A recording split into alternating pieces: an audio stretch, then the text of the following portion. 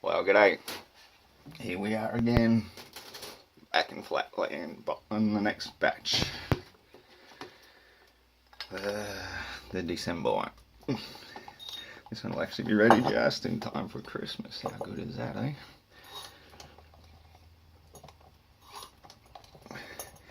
So, I've still been putting up with a heap of raving nutters that believe in the globe Earth. And we just keep going round and round in circles. They just can't seem to quite get it. That it doesn't matter how much you explain things to some people, they will still believe that you can have an atmosphere surrounding an entire planet, surrounded by an entire vacuum of space, which it just so happened to be speeding faster than the speed of sound on, whizzing through the galaxy at hundreds of thousands of miles an hour. I know that there is the concept of being in space, that there's of course no friction because it's a vacuum. But vacuums suck. Nature abhors a vacuum. It's a common saying that nature abhors a vacuum. Wherever there's a vacuum, it will rush to fill it. So obviously space isn't nothing. But then what is it? They have to invent dark energy to counteract gravity. Whereas if you don't invent gravity in the first place, you don't have to go and make up other bullshit to try and explain it away. Everything's density. When I fill these bottles up, they fill from the bottom up. Now when it's full, I put a cap on it to contain the atmosphere so the gases don't escape. And this is here on Earth. If I put on good and tight enough, that will ensure that the bubbles will stay in the beer.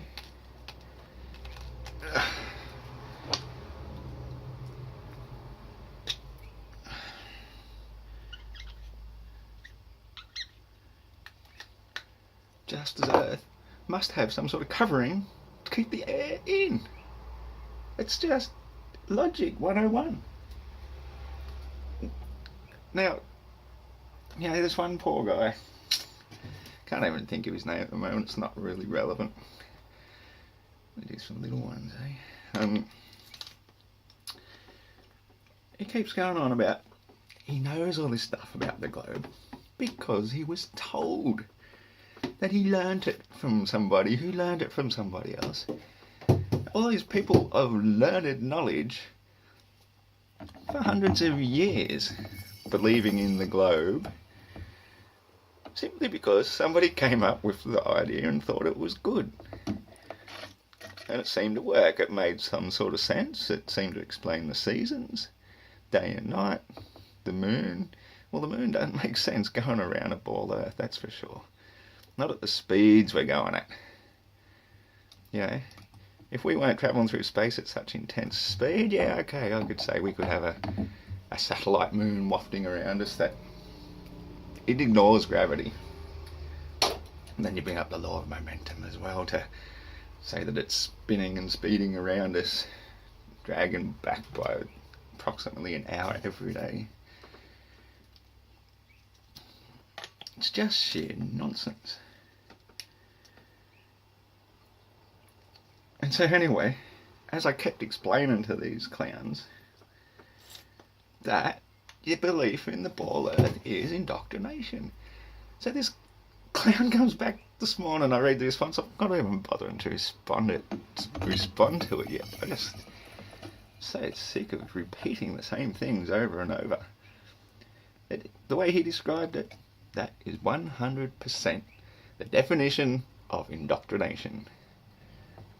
When you learn how to think for yourself and study things and question things, entertain something without even having to accept it, that's a start. That's the first sign of some amount of intelligence. The ability to just entertain a concept. But you don't. You just jump down the throat and say, oh, you're a fucking moron, fucking flat tards. That's all you've got. You got your indoctrination and your insults and your brainless indoctrination. And it's faith. That's all it is. It's a faith belief. Faith in the top scientists. Well, back in the day, the top scientists were priests. And guess what? It's never changed. They just changed their name a bit and called it modern science. But it's still religious belief. Indoctrination. The high church of modern day science. Wow. And you can't even see that. That's the really funny thing. Is that you can't see that because you're too indoctrinated. You love to be in your popular group and not think that you're not stupid because you've been educated like all the other people in your flock of human sheep.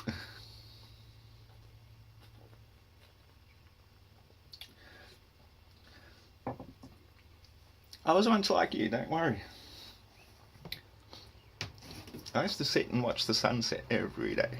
Well, most every day. Especially when I was a teenager. Get home from school and go up the beach and sit on a sand hill and try and get some cool pictures with my U SLR camera I had back then. Wasting a heap of film.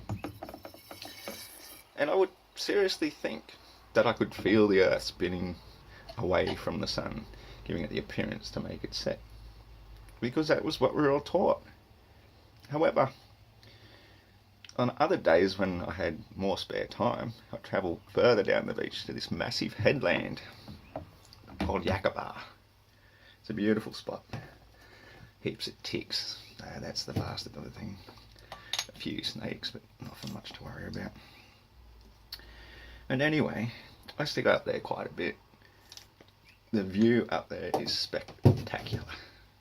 But when you go further, down the ocean side, everything gets a bit dangerous, because it's a bit steep and it's a pretty dangerous headland, to be honest.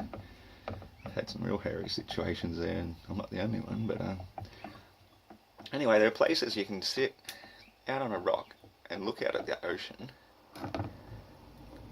and you can see the ocean goes for miles upon miles upon miles. You cannot.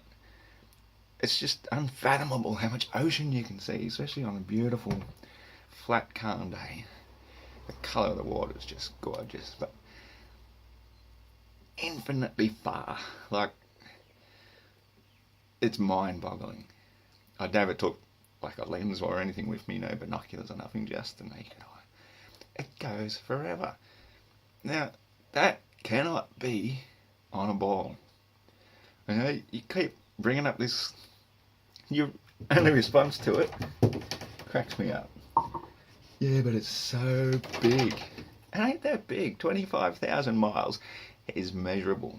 There's that many videos out there explaining how that works. It's 8 inches per mile squared by the distance. So the number of miles means it gets further and further. So at 100 miles, well over a mile of drop-off should exist.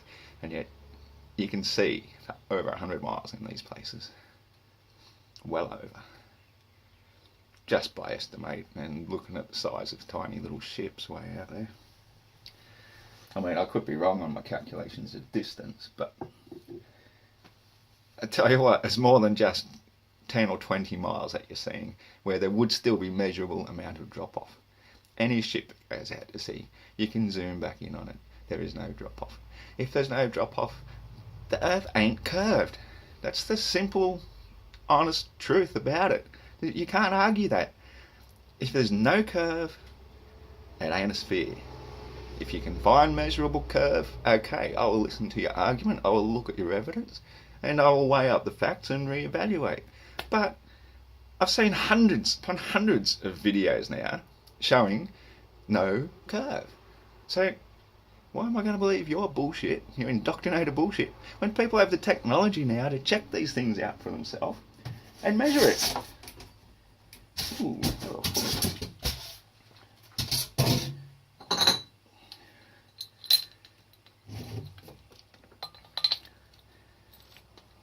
Anyway, I think that's my rant for today. I couldn't be stuffed sitting there yakking on all day. Or could I? Yeah. I just haven't got time anymore. It's a done deal. And the fact that you globbers are still catching up isn't really my concern anymore. I mean, I love a good debate. That's the only reason I respond. Simply because I like being right. And when some globetard comes along and starts calling me a flat-tard for things that I have investigated and that I know for a fact to be true, you don't know that about the globe. What do you know about the globe? Fake pictures given to you by NASA, the great deceiver. NASA means to deceive. So, that ain't proof. They've shown the video how they faked that by blacking out all the rest of the windows and standing back a bit and taking a picture of a round porthole window of the blue marble to make it appear like it's a ball. They were busted on film because it got released of them doing it. So, if you're not going to research stuff and you're just going to believe in the indoctrination you were given as a little child, then you are still a little child mentally. You need to grow up, observe reality, question everything, and when the evidence is shown to you of something apart from what you were told, then you need to start shifting your... Oh, that's a tight one. Shifting your mentality to suit, to go with the facts, the truth, the evidence. That's what it's all about. You can live a lie your whole life if you like. It doesn't really affect anybody. Most people aren't affected by the earth being flat or round one way or the next. But for people who want to know the truth, and it's the mother of all conspiracies, it opens up the whole plethora of other lies that we've all been fed. And I'll say it again, I've said it before, I'll say it again. It does reveal God. Now I strongly recommend Google this book. It's not a hard read. It's a nice short read and you'll find it quite interesting, and I mean a lot of you will close your mind to it as well, but if you're anyway inclined to research anything with an open and clear mind, then this is a gospel, the Essene Gospel of Peace, book 1 it's called. There are several more books, but I haven't been able to get into them as much. Book 1 was really good. It explains how Jesus healed people, and it wasn't just with a magic touch or anything like that, or the laying on of hands or the driving out of demons, even though that may have happened once or twice. It's about getting in touch with Mother Earth's angels. Air is an angel. Sunlight is an angel. Water is an angel.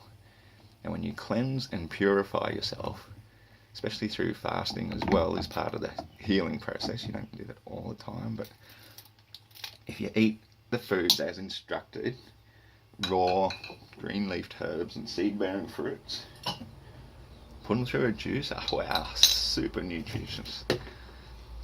Honey of bees, powerhouse of stuff. That's what our energy source is, it's sugar. Hence why I'm fermenting sugar in here. This is a mixture of 1 cup white sugar, 1 cup brown sugar, and 1 cup raw honey, just to help carbonate the beer. So anyway, if you read this book and you practice what he preaches, which is to get out in nature, let the angel of sunlight and air caress your entire body, expel, that's the funny thing, they call it Satan, but it was actually intestinal worms.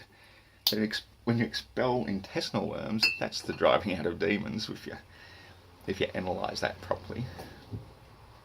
They mystical voodoo to that. It's about cleansing and being healthy and free, and once you do that, your mind becomes capable of grasping more concepts. You become spiritually aware. You're in tune with Mother Earth. And that, my friends, is the one true God.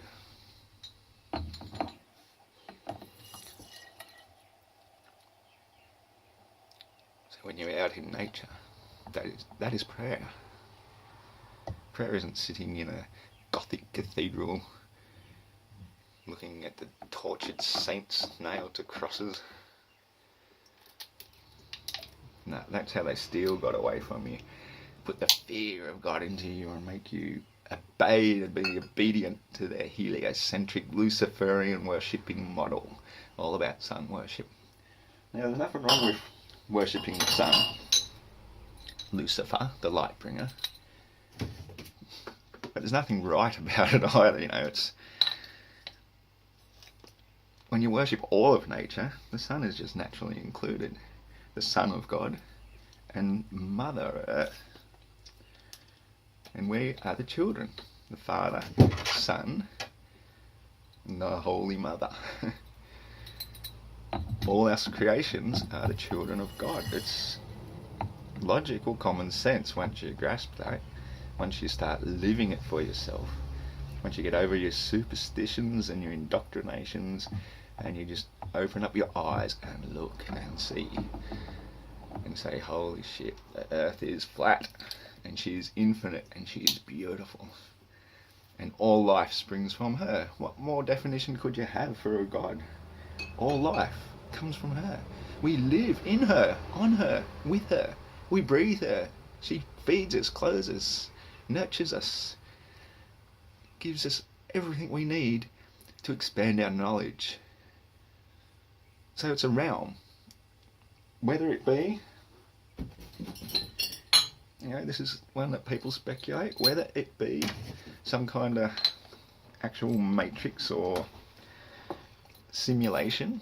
That's another philosophy that scientists have been proposing for some time now. That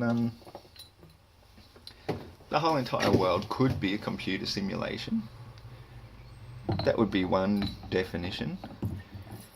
Simply because we know we've made simulations ourselves. So if we can do it, and we can create simulations that evolve to create their own simulations, then it's entirely possible that our creators are themselves a simulation. But everything is still God, the mind of God. Everything is within. That's where the mind of God dwells, in a truly conscious, awake and aware person. The children of God, in other words. And we're capable of anything. We can do so much. Jesus said the day will come when all men will come to do as he has done and more.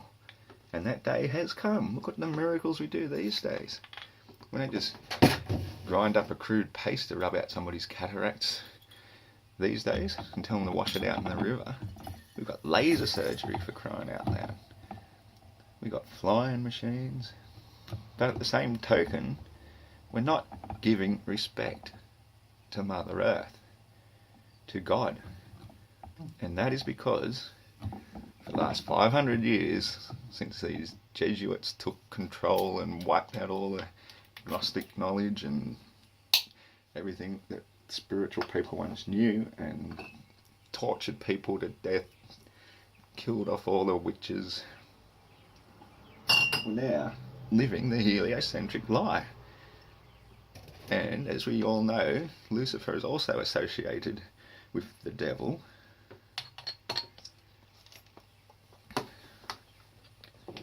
And the devil is also known as the great deceiver. And that is why these promised people, the chosen ones, who think that the world belongs to them, they've been fooled. Now there's also, if you look into Gnosticism, you'll learn about the archons. And because they can't have the earth, they don't want us to have it either. They're jealous. And that's when people act destructively. If they can't have it, they don't want anyone else to have it either, so they're out to destroy the world. And just look at the world. Look what they've done. All these rich barons, oil barons. Barely a farmer can make a living off the land these days unless he's poisoning the crops, poisoning the land all over the place, doing massive monoculture with tractors and all the rest. That's not how we're meant to live. We're meant to live in small garden communities, making them garden paradises. We could live in teepees,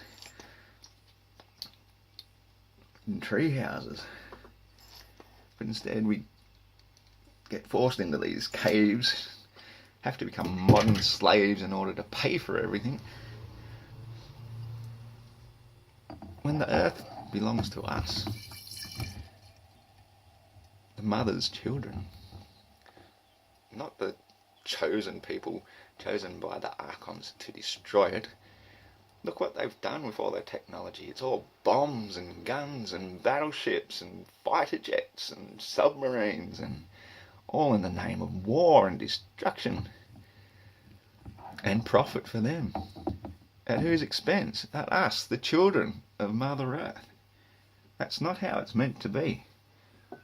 We've got to wake up to this and stand up to it. And stop ridiculing one another. Just because they have a different belief from you doesn't make them a moron. No, it makes them somebody who's investigated for themselves and has a true belief and a true understanding as a child of nature, as a lover of the mother.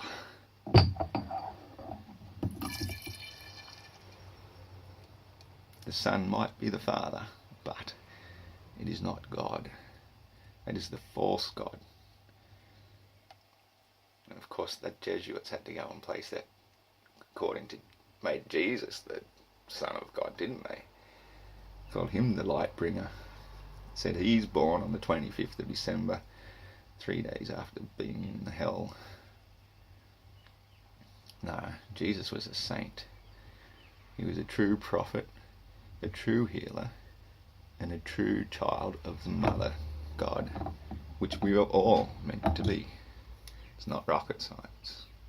It's just being true to who you are and not ridiculing others, even if they are really wrong. Try and help them. You know, I try and help these globbers as much as I can, but they just get so aggressively nasty. I just say, well, that's part of your cognitive dissonance you got to get through. You got to, you know, first you ridicule it, then you get violently angry, then finally you just accept it as the given truth. That's just the way it goes. So, you know, I do my bit to always get nice and angry.